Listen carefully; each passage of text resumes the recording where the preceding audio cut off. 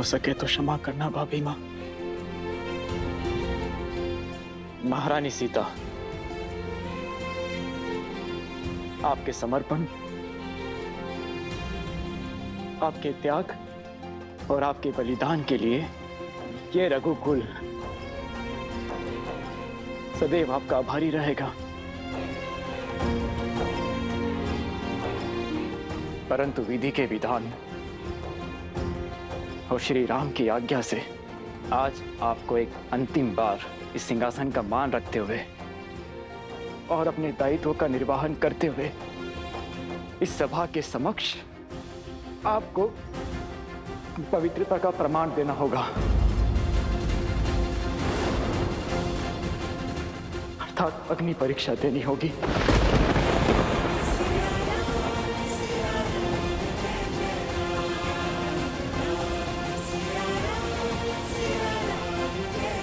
ताकि आप पर उठने वाली एक भी उंगली शेष न रहे, आपके पावन आंचल पर एक भी लगने वाला कलंक शेष न रहे। आने वाले युग आपको सम्मान की दृष्टि से देखे,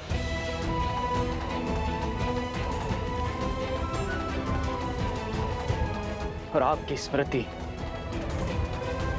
सतीत्व की परिभाषा बने, ना कि किसी के फैलाए लोक अपवाद का अर्थ बने।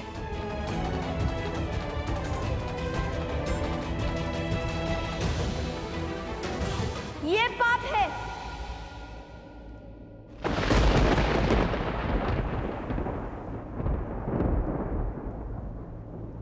ये हमारी माता का अपमान है। लवकुश,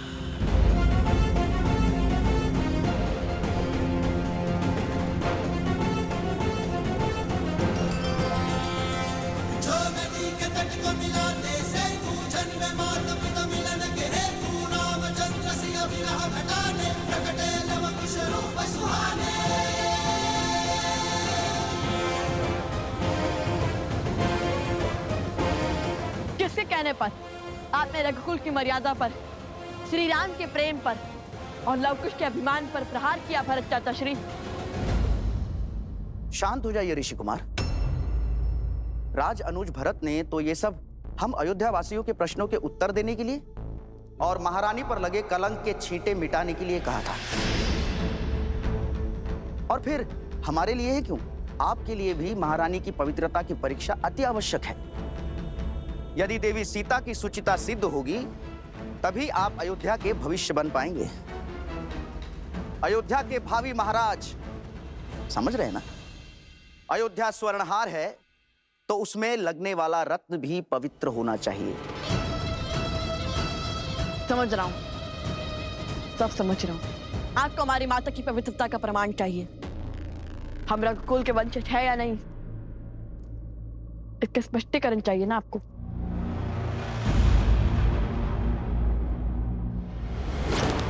सत्य कहा, रत्न और स्वर्ण दोनों शुद्ध होने चाहिए ताकि हार भी शुद्ध ही हो।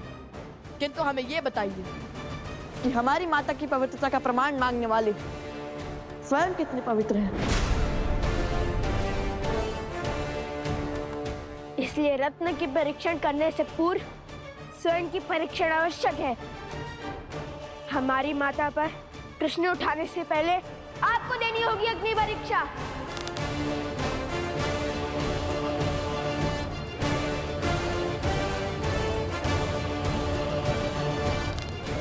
अग्निअस्त्र, अग्नियास्त्र।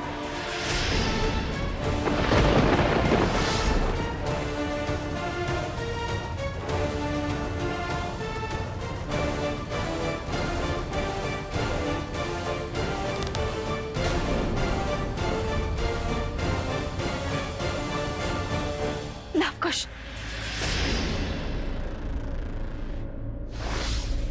अग्निअस्त्र आह्वान का दुस्साहस कैसे किया तुम दोनों ने? क्या यही सीखा है तुमने भगवान वाल्मीकि से? क्या यही सीख दी है मैंने तुम्हें कि अपनी शक्तियों का उपयोग अधर्म और अनिष्ट के लिए करो? और तो और क्रोध में तुम ये भी भूल गए कि कि इस क्षण तुम कहाँ हो और किसके समक्ष हो।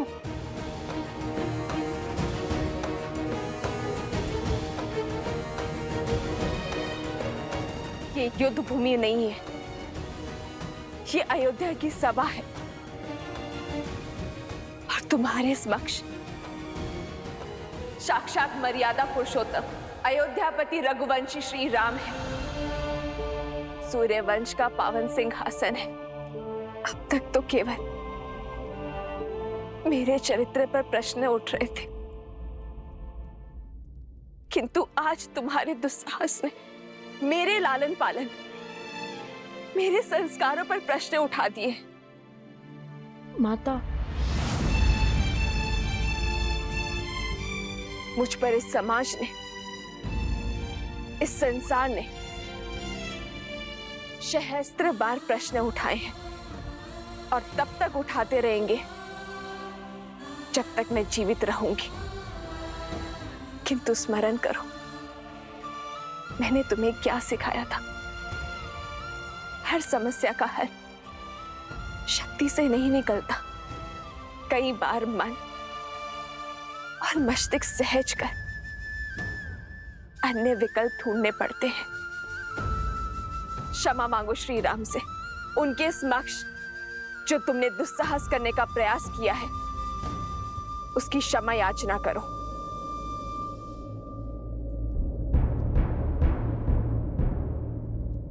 हमसे भूल हुई महाराज राम, कृपया हमें क्षमा कर दीजिए।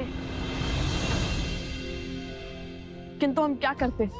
हमारा उद्देश्य ही तो माता सीता और अपने पिताश्री को एक करना था, उनके वियोग का अंत करना था। कहाँ अयोध्या से राम के मिलन का महोत्सव बनाने को थी और कहाँ पुनः हमारी माता पर प्रश्नों की बौछार होने लगी। उनके पावन चरित्र तार तार होने लगे। क्यों महाराज, क्यों?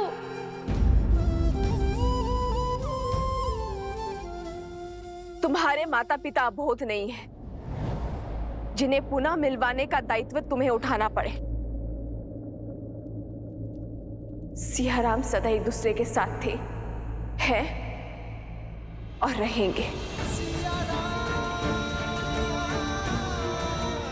आज प्रश्न रघुकुल के सिंहासन का है, मर्यादा पुरुषोत्तम की मर्यादा का है, अयोध्या की महारानी का है कि मैं तुम्हारी माता इस पावन सिंहासन पर बैठने के योग्य भी है या नहीं, कि महारानी सीता को महाराज राम के साथ इस सिंहासन पर बैठना चाहिए या नहीं। और इसी सत्य को साक्षी करने के लिए मुझसे अग्नि परीक्षा की मांग की गई है।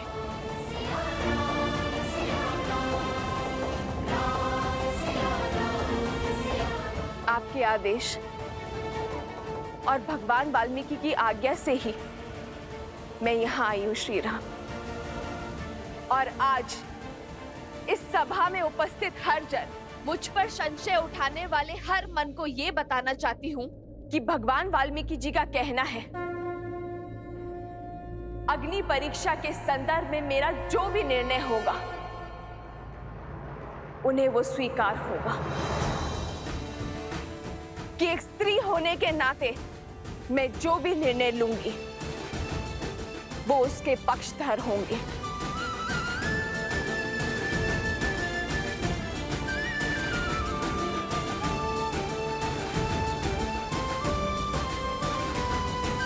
और मैं जनक नंदिनी सीता अपना निर्णय ले चुकी हूं, अपना पथ चुन चुकी हूं,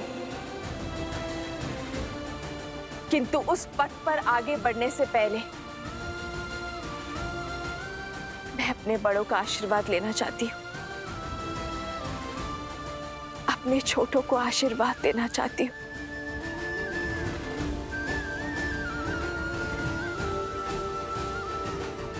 अपने पति श्री राम से आज्ञा लेना चाहती हूं।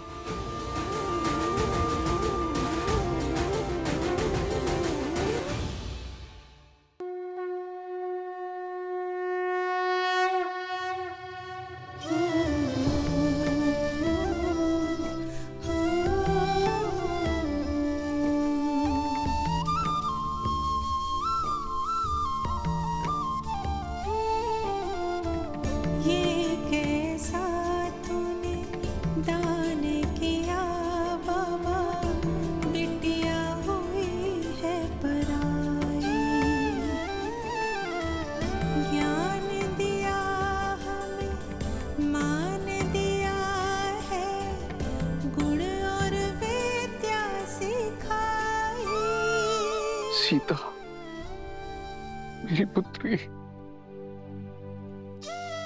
अपने पिता को क्षमा कर दो, जो ना तो तुम्हें न्याय दिलवा पाया और ना ही तुम्हारी रक्षा कर पाया। तुम्हारी जैसी पुत्री पाकर मैं धन्य हो गया, धन्य हो गया मैं।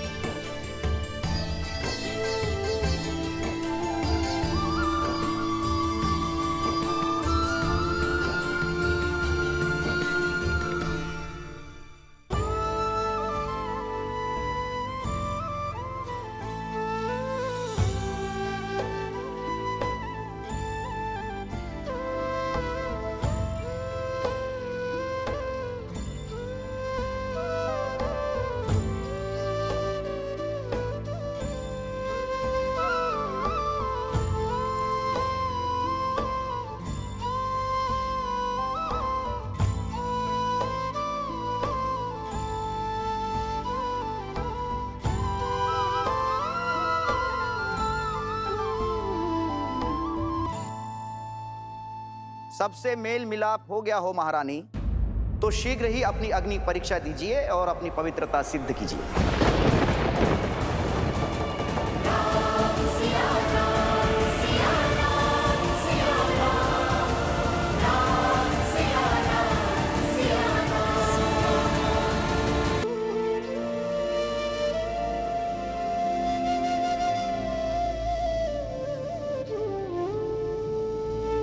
सबसे मेल मिलाप हो गया हो महारानी, तो शीघ्र ही अपनी अग्नि परीक्षा दीजिए और अपनी पवित्रता सिद्ध कीजिए।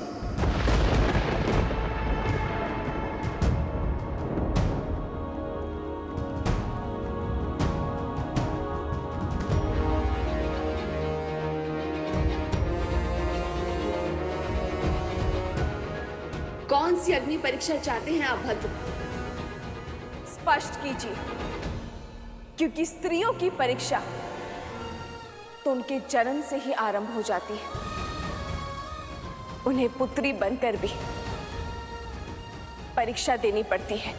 कुल पुरुषों के नाम से जाना जाता है, पर उसका नाम, मान और मर्यादा की रक्षा एक स्त्री को ही करनी पड़ती है। उसकी एक भूल, एक अपराध पूरे कुल पर कलंक बन जाती है।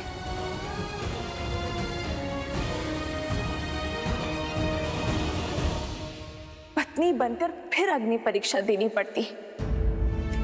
अपना अस्तित्व भूलकर पति के अस्तित्व का आकार बढ़ाना पड़ता है। कुल वधू बनकर एक नए कुल की परंपरा के पालन करने में एक नींव की ईंट बनकर खड़ा होना पड़ता है। माता बनने के बाद भी परीक्षा समाप्त नहीं होती। वंशजों को जन्म वो देती है, पर वंशज वो पिता के कहे जाते हैं। संस्कार वही देती है, पर अधिकार की रक्षा वो पितृकुल की करते हैं। परंतु क्यों हर बार परीक्षा सिद्ध करने का ये दंड, पवित्रता सिद्ध करने का ये कर्तव्य रूपी हलाहल स्त्री को ही पीना पड़ता है? ये सब स्त्री का ही दायित्व क्यों है?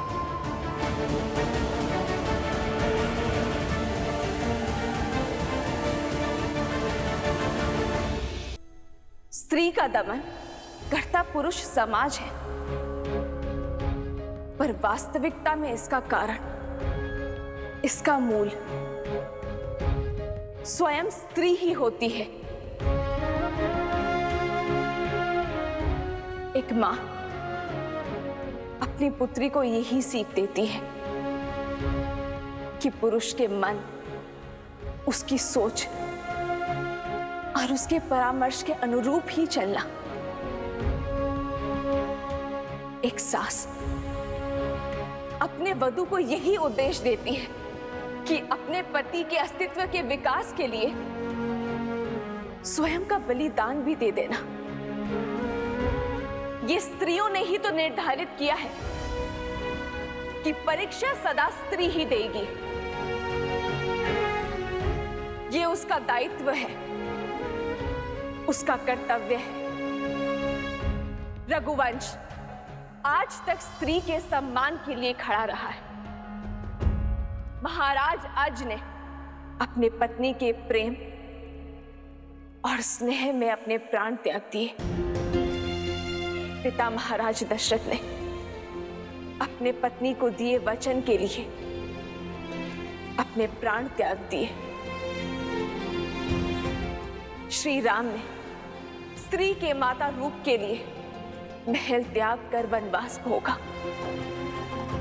फिर स्त्री के पत्नी रूप के लिए दशानन से युद्ध छेड़ा और फिर उसी स्त्री के लिए महलों में रहकर भी वियोग का दंश सहा। इसीलिए आज रघुकुल की ये स्त्री, मैं सीता, स्त्रियों के मान के लिए अपना एक पग आगे बढ़ाऊंगी, एक नया उदाहरण स्थापित करूंगी। आज अग्नि परीक्षा का ये अंतिम दंश सहकर मैं बड़े ही सुख के साथ सदा सदा के लिए उस सिंहासन पर बैठ सकती हूं। अपने पर, अपने पुत्रों पर लगे हर कलंक को मिटा सकती हूं, किंतु मैं ऐसा नहीं करूंगी। मैं ये अग्नि परीक्षा स्वीकार नहीं करूंगी।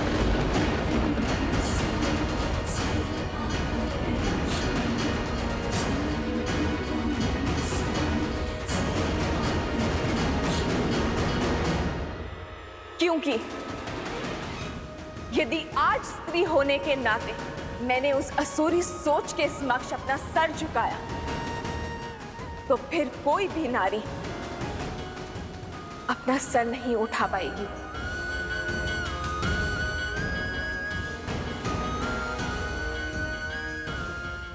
आज यदि मैंने ये अग्नि परीक्षा दी, तो मैं संसार भर की स्त्रियों का पथ दुर्बल कर दूंगी। आज मैंने यदि इस परीक्षा को सहमति दी, तो मैं नारियों के लिए वो खाई खोद दूंगी जिसमें उसके मान, सम्मान, व्यक्तित्व, अस्तित्व को फेंका जाएगा।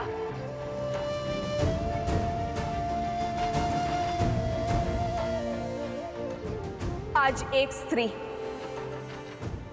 पुरुषों के अहंकार को शांत करने के लिए ये अग्नि परीक्षा नहीं देगी, ये बलिदान नहीं देगी, अग्नि परीक्षा स्वीकार नहीं करेगी, ताकि भविष्य में किसी भी स्त्री को इस अग्नि परीक्षा का घाव ना भोगना पड़े। महारानी सीता की, महारानी सीता की, महारानी सीता की।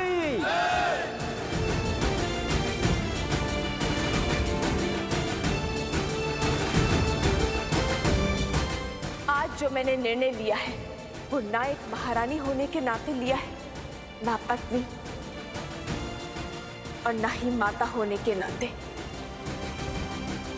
मैंने ये निर्णय केवल एक स्त्री होने के नाते लिया है। मैं सीता, श्री राम की पत्नी, रघुकुल की पुत्रवधू, पूछती हूं इस प्रकृति से, यदि मैंने अपने पूरे जीवन में अपने पति श्री राम के सिवाय किसी पर पुरुष का स्मरण ना किया, भूल से भी कभी अपने धर्म के विरुद्ध जाकर अपने पति व्रत को संकट में नहीं डाला, यदि सीता तन से, मन से केवल श्री राम की है, पृथ्वी, मुझे अभी इसी क्षण अपने गोद में संभालो।